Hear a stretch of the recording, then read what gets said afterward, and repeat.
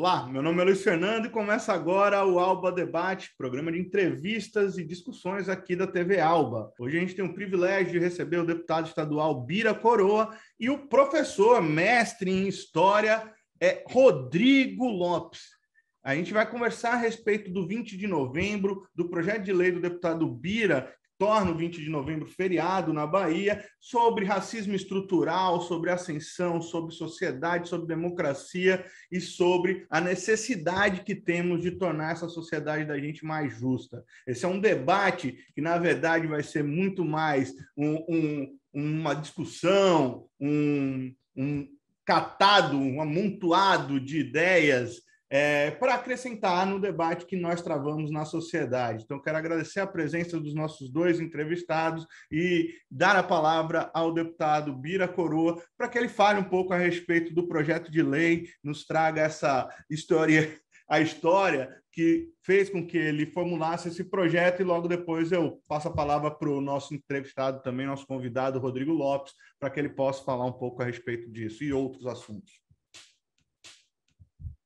Satisfação muito grande, Luiz, em poder participar desse debate com você, intermediando, mas, acima de tudo, dividindo esse bate-papo, né, com o Rodrigo Lopes, né, historiador que representa a academia, especialmente a nossa Universidade Federal da Bahia, e numa temática tão significativa e tão importante para a sociedade baiana e brasileira.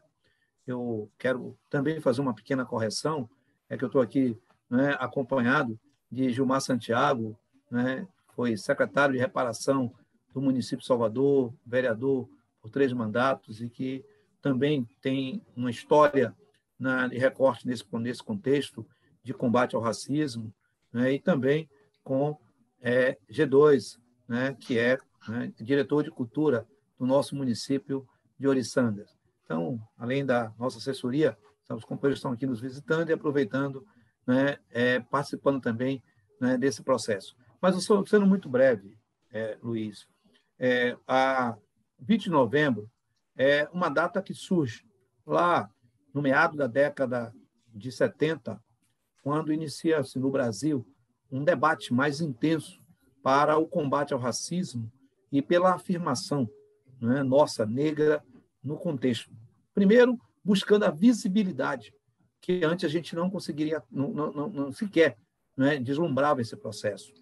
E depois a ocupação dos espaços, inclusive os espaços, né, de ação nas instâncias, né, de poderes dirigentes do país, mas também, né, na afirmação de políticas públicas, né, que incluísse a população negra. Então, 20 de novembro nasce como um dia de consciência, um dia de debater, de discutir, de afirmar, de manifestações, né, e de construção de um novo momento do olhar, do pensar e do agir. E a data é escolhida exatamente, né, pelo seu marco.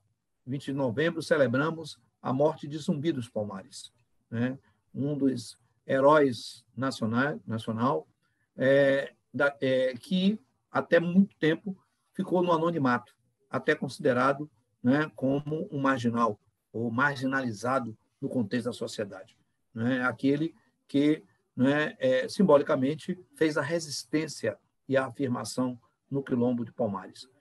Assim como muitos outros homens e mulheres, negros e negras, que deram contribuições importantes, né, à formação da sociedade, da cultura e da civilização brasileira, incluindo, né, e não são citados sequer nas páginas da nossa história, né, e que a gente, a partir de um processo de movimento, pela ação dos movimentos e segmentos sociais, tem conseguido colocar no cenário. A exemplo, Maria Filipa, né, no episódio de libertação da Bahia, ou no 2 de julho, nas lutas de independência do nosso Estado, né, Maria Filipa, com a contribuição que deu. Lá, no próprio Quilombo do Palmares, né, mulheres, né, como a Cotirene, Dandara e outras que também dirigiram esse quilombo e que sequer, né, são citados ou citadas no contexto da nossa história, né? E o 20 de novembro cumpriu a sua primeira etapa, de ser um dia de consciência, um dia de reflexão, de debate, de discussão e de formulação. Estendeu-se para uma semana, década de 90, a gente já vivenciava aí a Semana da Consciência Negra. Início dos anos 2000, passou a ser o mês da consciência, né? E agora, mais recentemente, nós fomos contemplados também com a década afrodescendente. Então, são etapas, né, num processo que reconhecemos serem significativas e importantes de construção desse processo. E agora é a hora e o momento da gente, né, culminar com o 20 de novembro, um feriado estadual, né? A Bahia não é será pioneira em ter esse feriado. 17 estados, né, da Federação Brasileira já têm 20 de novembro como feriado estadual. Entre São Paulo, Rio de Janeiro, Rio Grande do Sul, né, Espírito Santo, já celebram, né, 20 de novembro como feriado estadual. E 1.000 municípios, um pouco mais de 1.000 municípios, hoje já tem 20 de novembro como feriados municipais. Então, a Bahia, né, nesse momento, nós estamos apresentando o PL 24.178, né, de 21 desse ano, né, com a autoria do nosso mandato, com reconhecimento nessa casa de muitos dos pares, né, como uma lei que transforma 20 de novembro como feriado estadual. Mas eu acho que o debate é instigante, a gente vai ter aí algumas polêmicas que são colocadas, de concepções que foram criadas em relação ao 20 de novembro, há quem defenda, há quem não defenda, né? E a gente abre esse debate que é importante para chegar a esse PL, a ser apresentado na Casa, né, que ora tramita na Comissão de Constituição e Justiça. Nós fizemos vários debates, várias discussões. Eu presidi nessa Casa durante 10 anos, né, a Comissão de Promoção da Igualdade. E durante esses 10 anos, nós utilizamos um debate aberto com a sociedade, com os segmentos da sociedade, com os movimentos negros unificados ou não, mas com todos os interessados nesse contexto de discussão, até, né, chegarmos à maturidade de que agora é a hora de aprovarmos e a Bahia ter um feriado, né, simbólico para a existência do seu povo, da sua essência, no estado mais negro fora da África e na capital mais negra, né, fora da África, que é Salvador. E, consequentemente, a Bahia. Só para referendar, nós temos municípios desse estado autoassumido, 95%, 96% e até 93% da sua população se autoassumindo negra, como é o caso de São Francisco do Conde, como é o caso de Governador Mangabeira, né? E como é o caso de Antônio Cardoso, que esses municípios se auto-intitulam negros com percentuais acima de 90% da sua população se autoafirmando negros no último censo, né, do IBGE. Isso é bastante significativo, né, de que temos referência suficiente para estarmos apresentando esse projeto na nossa casa. Certo. Obrigado, deputado. Eu queria mandar um fraterno abraço a Gilmar Santiago, amigo, e sei que é um quadro valoroso das fileiras antirracistas, da causa racial e outras tantas culturais.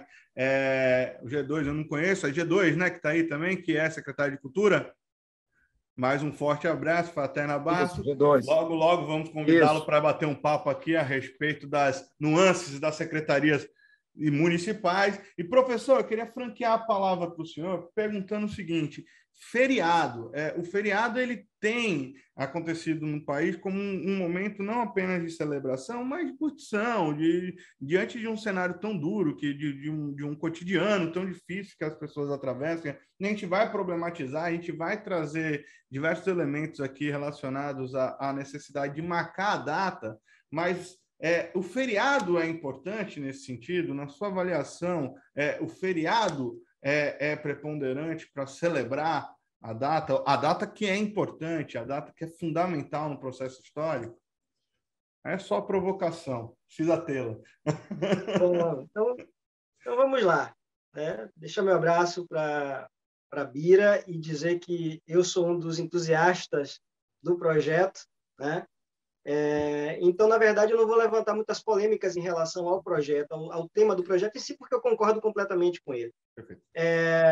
Mas sim sobre essa necessidade, né? Porque nós estamos acostumados a essa ideia de feriado como um dia para não trabalhar, para se dedicar ao lazer, ao descanso, mas isso está muito ligado a uma concepção cristã de feriado, porque os feriados antigamente tinham a ver com comemorações religiosas, eram dias santos, e como dias santos a igreja preconizava que você realmente, né, observasse o não trabalhar, o descansar, o jejuar, o rezar, né? Mas a partir da organização da sociedade dentro das suas demandas, né, esses feriados a gente subverte completamente o sentido dele, porque as demandas da sociedade e dos movimentos sociais, como é o caso do 20 de novembro, que surge como uma demanda do movimento negro brasileiro, né,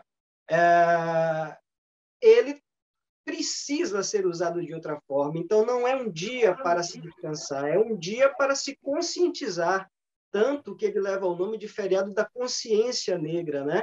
Então, é um momento para se discutir quais as políticas públicas que foram investidas para melhorar as condições de vida da população negra no Brasil, né? A equidade, né, entre negros e não negros no Brasil, e celebrar a cultura afro-brasileira. E o que me causa espanto é exatamente um estado como a Bahia, né, que tem Salvador como uma cidade mais negra fora do continente africano, e o Brasil sendo o segundo país do mundo em número de cidadãos negros. Como é que Salvador ainda não se deu conta da importância, da relevância de que o 20 de novembro seja um feriado, né, que se possa cumprir todas essas demandas e essas pautas que são apresentadas pelo movimento negro? Então, isso aí algumas provocações. Não é debate, mas a gente vai fazendo algumas provocações. Isso é motivo suficiente para a gente questionar o porquê, né? E quando a gente questiona o porquê, a gente envolve dentro dessa perspectiva a questão do racismo estrutural que está presente no Brasil. Será que os nossos aliás, são as pessoas que administram a cidade, são as pessoas que administram o Estado. Então, que elas tenham essa sensibilidade de perceber quem é a população, né? A Bira já colocou muito bem para a gente, existem municípios na Bahia com mais de 90% da população autodeclarada negra. Então, essas pessoas elas não vão ser espelhadas pelos seus edis, pelos seus representantes. É preciso que se leve isso em consideração, que se estabeleça a importância do 20 de novembro como uma data para se discutir, né? Não para ficar em casa, é uma data para se discutir, para se colocar à mesa as questões que são caras ao movimento negro e às pessoas negras na Bahia, né? Então, para mim, isso é muito importante. E isso é resultado, esse racismo, que não deixa de ser um racismo, está dentro do que a gente compreende como racismo estrutural, mas isso é resultado de uma construção racista histórica, né? Que na Bahia, ao mesmo tempo que tem o peso da população africana e afrodescendente em sua história, este peso ele encontra paralelo na resistência e na procura de formas para não deixar que essa população se emancipe e se torne cidadão de fato e de direito.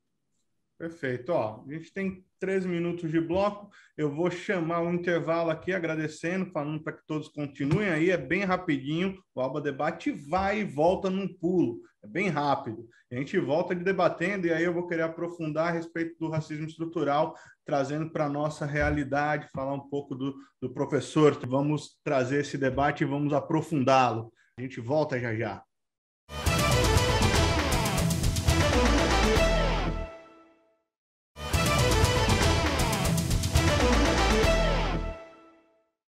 Voltamos para o segundo bloco aqui do Alba Debate, hoje recebendo o professor historiador Rodrigo Lopes e o deputado estadual Bira Coroa. Discutimos aqui o Dia da Consciência Negra, o racismo estrutural, e é sobre isso, para não perder muito tempo na pergunta, que eu gostaria de trazer. Professor, queria a sua avaliação sobre o cenário atual e como o 20 de novembro se torna ainda mais simbólico e importante em um período como esse.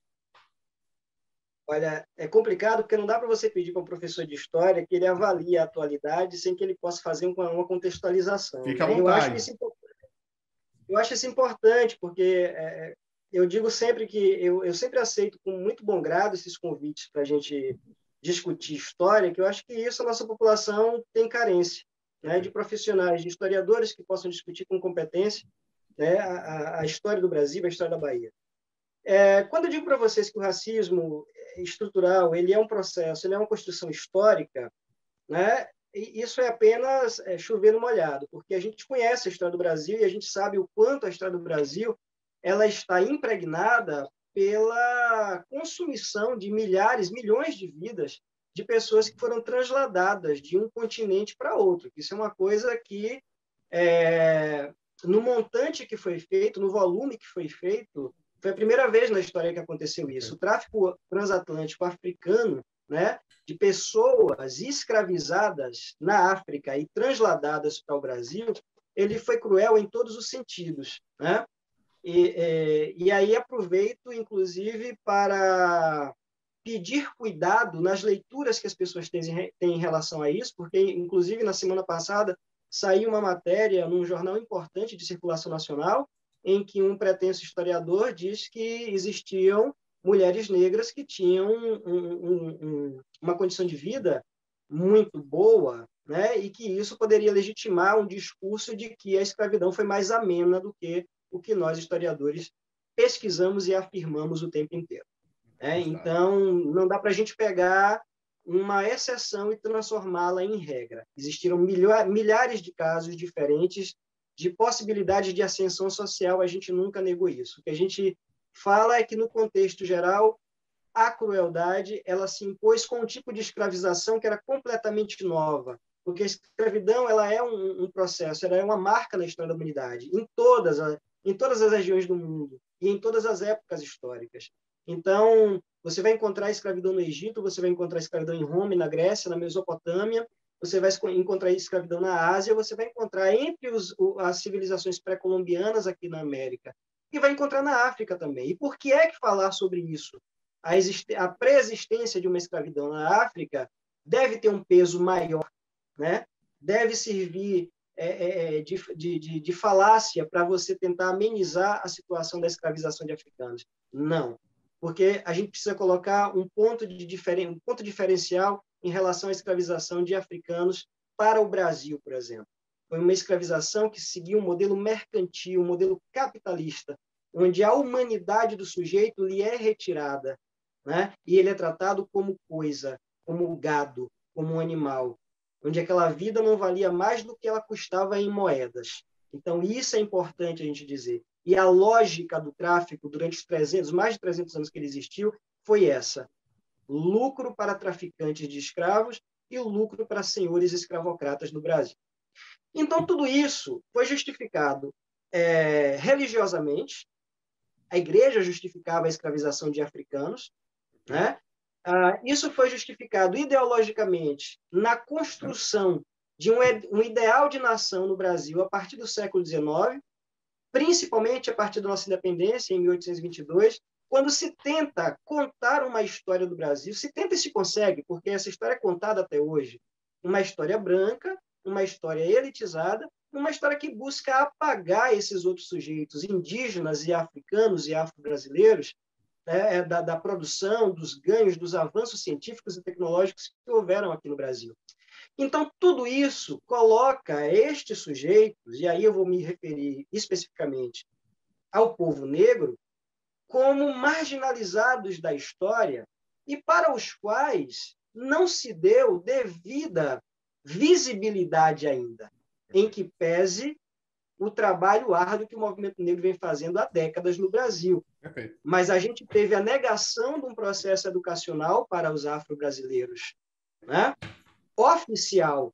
Existia uma lei que proibia que se fosse ministrado qualquer tipo de ensino para escravizados. E após a abolição e a falta de um projeto nacional de inserção dessas pessoas no mercado de trabalho como cidadãos, proibindo-os do direito a voto, do acesso à educação, do acesso à saúde, né?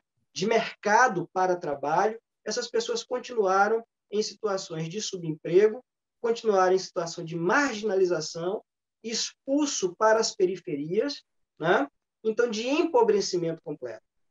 Quando o Estado brasileiro tenta remediar um pouco essa situação, porque precisava que essas pessoas fossem transformadas em mão de obra qualificada para uma indústria que começava a acontecer, Quando eu digo mão de obra qualificada, eram pessoas que soubessem minimamente fazer conta de somar e subtrair e escrever o seu próprio nome para entender o que é que significava liga e desliga. Foi por época da Era Vargas. Então, se cria condições, se criam escolas para que essas pessoas possam ser alfabetizadas para o mercado de trabalho. E, imediatamente, se recria a história do Brasil para inserir esses sujeitos, né? Ainda como sujeitos de direito, ainda como cidadãos, não. Tá? Era preciso sempre lembrar de onde é que vieram aqueles sujeitos. O governo começa a procurar aspectos da cultura afro-brasileira que possa ser facilmente aceito pelos não negros do nosso país. Então, capoeira não gostava, embora fosse a predileção do próprio presidente Getúlio Vargas, né? Mas demorou um pouco para ser aceita. Religiões de matriz africana também não, a nossa elite não gostava daquilo. O samba, só se você higienizar a figura do malandro, porque o malandro era o vagabundo. Perfeito. Então, tem que higienizar para que ele seja figura. Então, assim, tudo isso vai cristalizando uma forma do povo brasileiro. E aí, quando eu falo povo brasileiro, eu falo de todos, negros e não negros, de enxergarem uns aos outros. Os não negros continuam nessa construção marginal do negro. E o negro, se não tiver muito cuidado, retroalimenta em si mesmo essa imagem e, inclusive, constrói uma estima baixíssima, que é o que a gente, inclusive eu como professor, eu sou professor de duas realidades. Ao mesmo tempo que eu sou professor da Universidade do Estado da Bahia, eu também sou professor da educação básica. Perfeito. E é onde eu observo nos meus alunos essa construção, né? Que a escola ela precisa tomar cuidado, senão ela alimenta uma estima muito baixa desses estudantes negros e a gente começa a repetir uma bola de neve. É contra isso, é contra esse processo todo que projetos como o do Bira, ele precisa ser discutido e precisa ser colocado, reafirmado, né? Colocado em prática. E eu soube que, muito parecido com o projeto dele, existe também um outro projeto em nível nacional, que foi também construído pelo senador Randolfo Rodrigues e que está também vai passar agora pelo crivo da Câmara de Deputados, para tentar transformar a consciência negra em feriado nacional. Porque o que está dado é os estados podem estabelecer esse feriado e os municípios concordam ou não. Né? E Salvador, surpreendentemente, até agora, não se identificou. A gente tem, na verdade, professor, eu acabei pedindo um recorte de atualidade e o senhor trouxe muito mais do que aquilo. Fazer a meia-culpa pelo jornalismo, na minha pergunta, que ela era muito mais da atualidade, mas que bom que o senhor foi lá e trouxe esse resgate, e indicar o livro do Laurentino Gomes, que está aí no seu segundo volume, que é fundamental para a gente entender esse processo histórico. Eu acredito que é muito bom para trazer... E que é uma crítica muito grande, né? É uma crítica muito grande. Alguns historiadores não gostam da leitura, da escrita do Laurentino Gomes, e eu sou um dos que vai na contramão. Eu acho que, enquanto jornalista, o Laurentino Gomes faz uma escrita muito competente, vai buscar fontes históricas. Perfeito. E transforma em uma linguagem que é acessível para todas as pessoas gostarem de história. Eu acredito que a gente não pode ficar nunca, e aí, como estudante, entusiasta da história, em uma única fonte. Então, o fato de termos linguagens históricas mais engajadas, talvez, do que a de Laurentino Gomes faz com que o trabalho de pesquisa dele seja nulo? Não faz. Né? Uhum. O professor Milton Santos traz elementos muito interessantes em toda a sua obra. Então, são coisas que a gente precisa trazer e sempre reforçar e reiterar. Sim. Essas referências bibliográficas de figuras... Existe uma outra coisa que é importante, precisa diferenciar. Existe uma escrita que é especializada, que a gente chama de historiografia. Perfeito. Essa é para historiadores. E existe uma leitura que o próprio Laurentino me falou uma vez, quando eu o entrevistei, e eu perguntei isso para ele. O que é que você escreve? É história? Eu provoquei. E ele falou, não, é jornalismo histórico. É outra coisa. E, nesse sentido, ele não tem que ter nenhum compromisso tão grande assim com os métodos da história para ser escrito. Perfeito. Deputado, eu queria, né, me sentir muito contemplado, né, na abordagem de Rodrigo e na sua, né, interlocução também.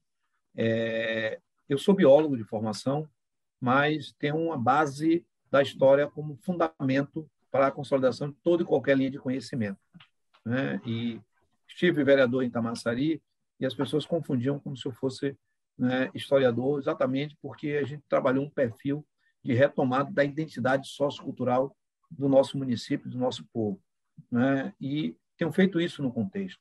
E aí, eu digo, pega muito bem essa questão, né? Você provocou, né, a questão do racismo estrutural no tempo de hoje, na nossa contemporaneidade, e foi muito boa a abordagem feita por Rodrigo, porque assim, a gente não pode compreender o hoje, né, sem conhecer o ontem, né, para que a gente possa fazer uma perspectiva dentro de uma avaliação conjuntural do que pode ser o amanhã. Então, esse é o contexto dos elos que não se separam, mas que o racismo estrutural teve a competência de separar esse processo. Nos colocou, né, em tempos distantes de todas as nossas vidas. Até os fatos contados da história, eles são por capítulos, eles não são por sequências. Esse conflito que a gente vivencia hoje, no cotidiano, né, em relação à questão. Um outro aspecto importante, né, está também ainda no processo estruturante, do racismo estrutural e sua afirmação, que é, né, a baixa produtividade literária nossa, né, desse tema e nessa temática. Né? Muitas das escolas brasileiras ainda utilizam como argumento para não implementar a Lei 10.639, né, porque não tem material, né, não tem conteúdo, né, não tem,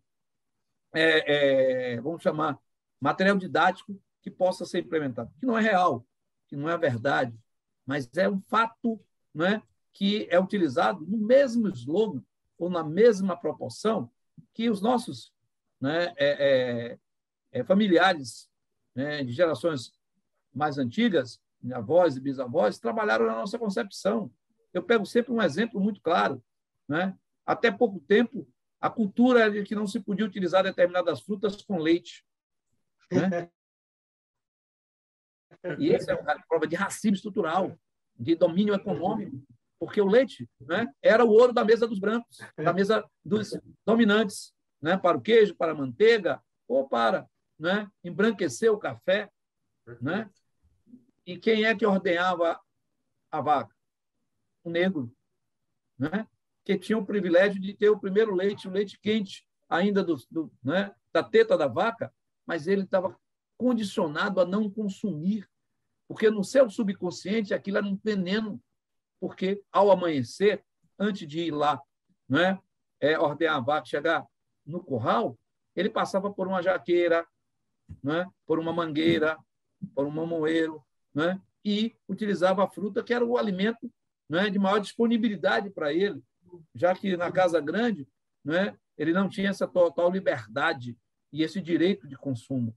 Então, consequentemente, a consciência vem por esse processo, né, de domínio. Né? E isso perdura hoje, né, no racismo estrutural, perdura hoje, né, no racismo nas suas diversas facetas, né, dentro da sociedade e das suas formas de manifestação. Né? Um exemplo muito claro é no serviço público. Né? Um exemplo bem prático é porque, em alguns determinados setores, nós não estamos presentes. No judiciário brasileiro, por exemplo. A nossa real presença no judiciário. Né? Olha que nós celebramos a presença de um ministro negro, de um juiz negro. Né? Olha que aspecto, né? Em pleno século XXI. Não pode século XIX, século XXI. Né? A gente tem vivenciado hoje, né, o dilema que vive a Fundação Palmares, com um negro, né, com a mesma postura de que foram condicionados centenas de milhares de negros nesse Brasil, de capitães do mato ou de feitores para atender os interesses do dominante. Fica aí, a gente volta para o último bloco do ALPA Debate rapidinho. A gente vai e volta.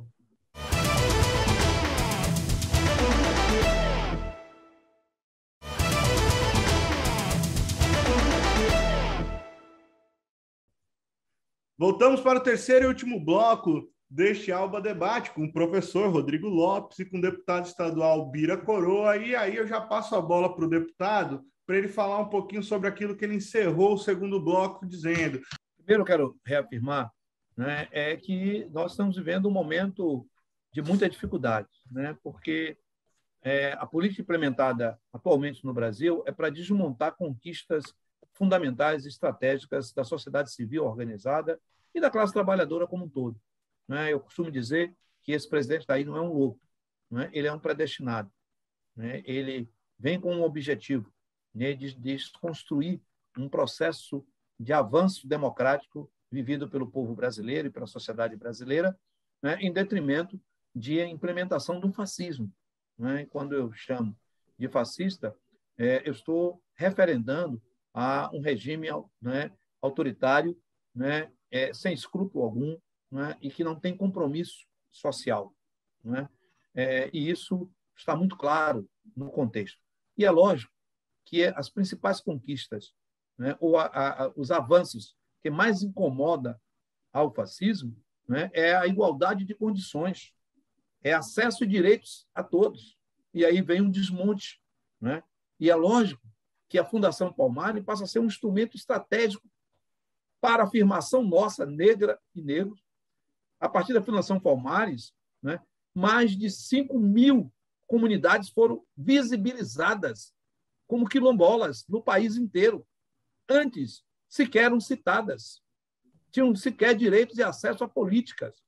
Nós tínhamos comunidades quilombolas que não tinham sequer estrada, acesso, não tinha direito à saúde, à educação, a serviços públicos como iluminação pública, luz elétrica, água tratada, esgotamento sanitário, sem contar outros aspectos que eu podia citar, acesso ao mercado de trabalho, entre outros, que ainda viviam da subsistência da produção agrícola. É com a políticas implementadas de valorização e de reconhecimento que a gente vê, na realidade, essas comunidades passarem a ter visibilidade e ocupação de espaço. Nós temos hoje programas e projetos que são desenvolvidos para essas comunidades indígenas, quilombolas, fundo fecho de pasto, gerazeiros, marisqueiras, pescadores e artesanais, é claro, e outros que eu poderia estar aqui citando. Então, são aspectos importantes. É por isso que a Fundação Palmares, nesse exato momento, é colocado lá um capitão do mato, alguém que não tem um compromisso com a instituição, que não tem um compromisso com a causa,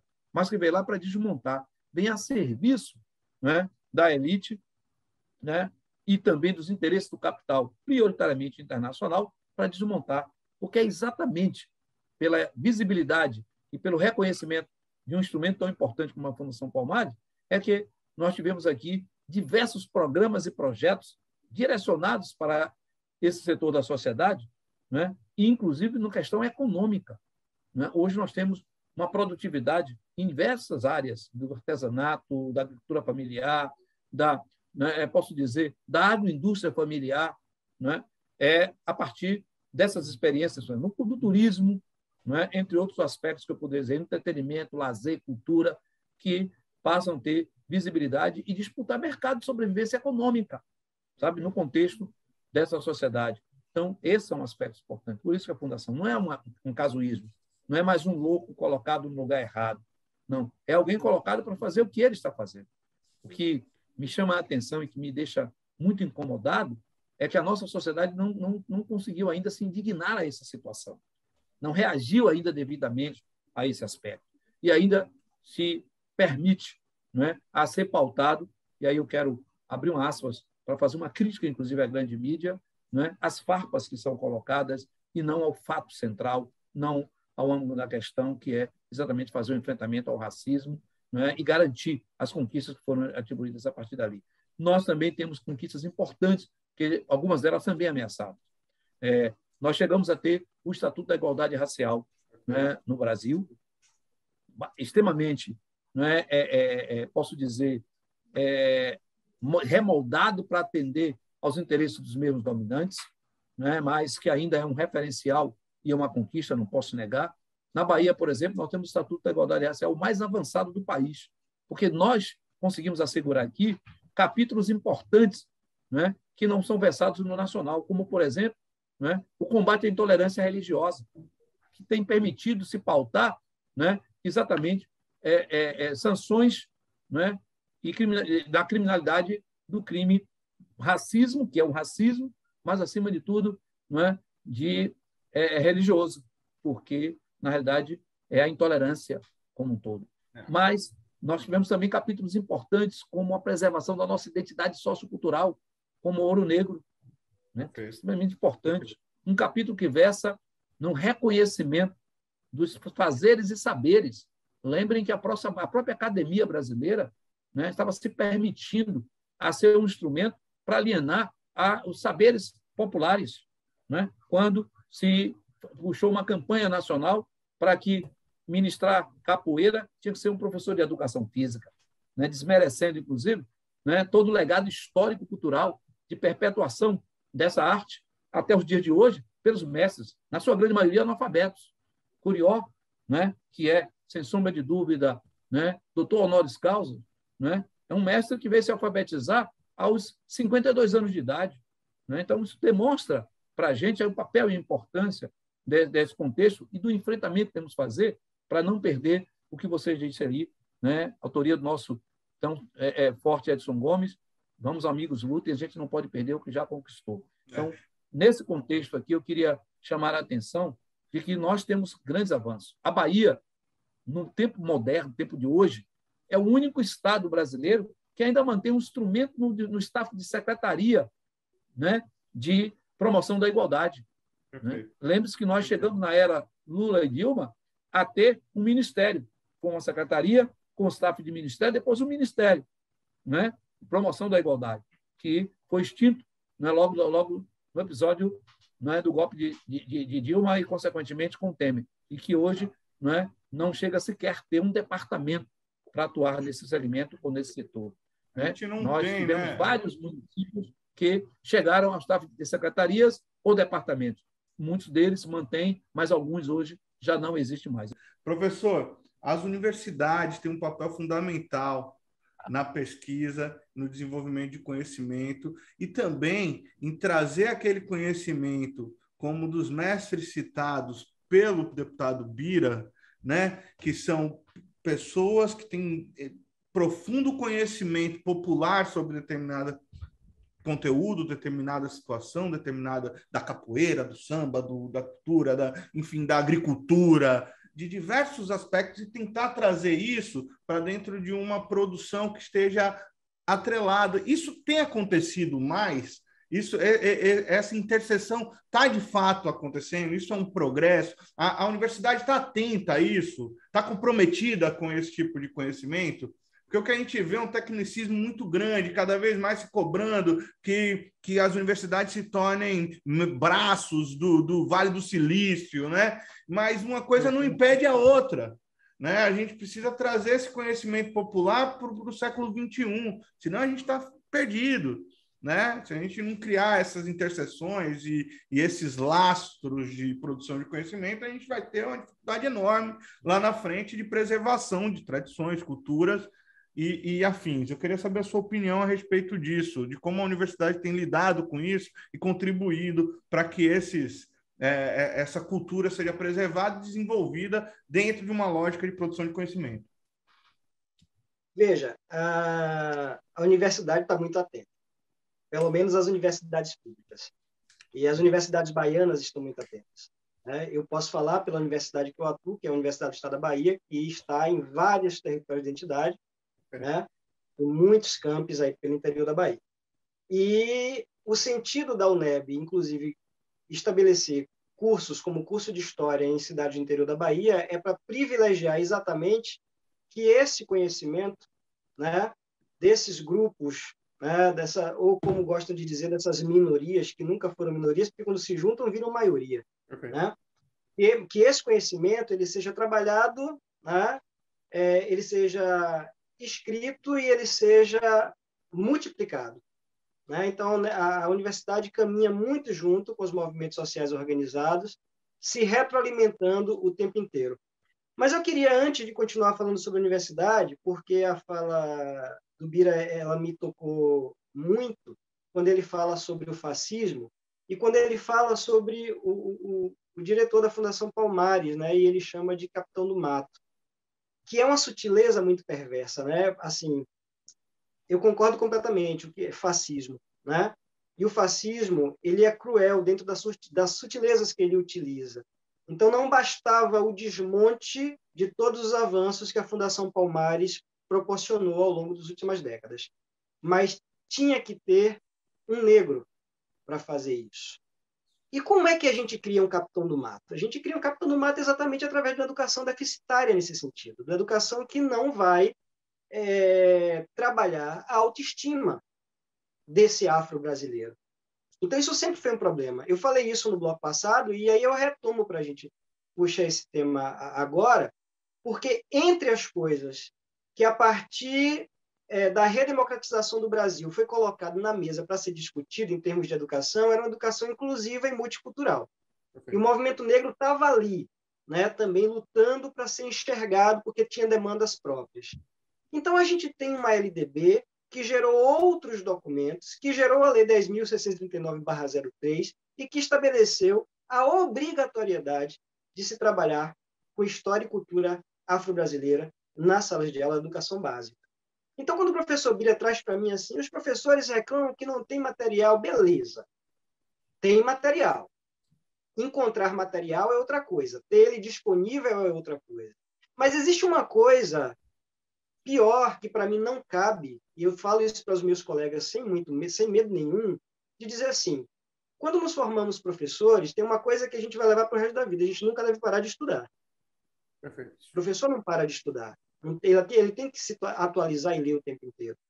E o professor é a figura competente para trazer para a sua sala de aula o que o livro didático não dá. Porque o livro didático, meus queridos, para a escola pública brasileira, ele não é produzido para a escola pública brasileira, ele é produzido para escolas particulares. E aí o governo acha que um livro produzido para uma escola particular, né, se é bom para um aluno de escola particular, vai ser bom para um aluno de escola brasileira, coloca no PNLD, né, e vamos distribuir esses livros. Quer dizer, continua aquelas gravuras de bebê do escravo sendo açoitado. Continua o nosso aluno tendo uma baixa autoestima quando se vê como sujeito histórico. Então, é o professor que tem que desvirtuar isso tudo, sim, e é ele que tem que trazer isso para a sala de aula. Essa discussão que a gente está fazendo aqui, às vezes eu faço com meus alunos de educação básica, do ensino médio. Né? Muitíssimo. Então, sim, isso é fantástico. Então, assim, não dá para retroceder. E a educação não retrocede, isso tudo é ganho, a gente só vai adiante, por mais que os fascistas queiram que retroceda, queiram negar esse avanço, esses direitos. Então, a partir daí, aí eu vou para a universidade, as universidades têm um papel fundamental. Eu fui de uma época de formação histórica que eu não estudei história da África, então como é que eu ia chegar para trabalhar a história da África em sala de aula? Eu tive que correr atrás. Hoje, as universidades, a UNEB tem, né? Tem um eixo de história da África com muitos componentes e que os alunos se interessam e buscam e fazem pesquisa, valorizando a cultura, valorizando a religião afro-brasileira. Quantas pesquisas? Eu mesmo já orientei pesquisas sobre religiosidade afro-brasileira na Bahia, no interior da Bahia, em Feira de Santana, em Itaberaba. Né? Okay. Então, a universidade está atenta e ela alimenta isso. Tá? Ela não vai se negar o papel dela de universalizar esse tipo de conhecimento. Perfeito. A gente chegou ao fim, com tanta coisa ainda para discutirmos. Vou deixar de fato o convite, já vou conversar com o Rodrigo, o nosso produtor, para ligar para você, professor, para alinhar com você também, Bira, para a gente tentar fazer um debate e ir um pouco além do que nós fomos hoje. Recortando direitinho os temas, a gente consegue aprofundar nele. Queria deixar registrado aqui também nas questões culturais, toda a perseguição que o filme Marighella recebeu aí durante esse tempo, como foi difícil ele chegar nas salas de cinema, como é complicado e como isso também ilustra não apenas a parte perversa do capital do cinema, mas também do racismo. Porque tem que ser dito, é porque ele era um combatente negro. Porque se fosse um cara bonitinho, Capitão América, estaria lá, bonito, nas salas da Marvel, né? Não comparando os heróis fictícios de histórias e quadrinhos, mas querendo trazer apenas como uma coisa tratada pela indústria de forma diferente e pelo poder público também, na hora de estimular. Deixo aqui esse registro, deixar registrado também meu agradecimento a todos que nos acompanharam até aqui, ao deputado Bira por aceitar o convite e ao professor, historiador aí, Rodrigo Lopes, que acrescentou demais para a gente aqui. Sou grato a vocês, desejo boas lutas.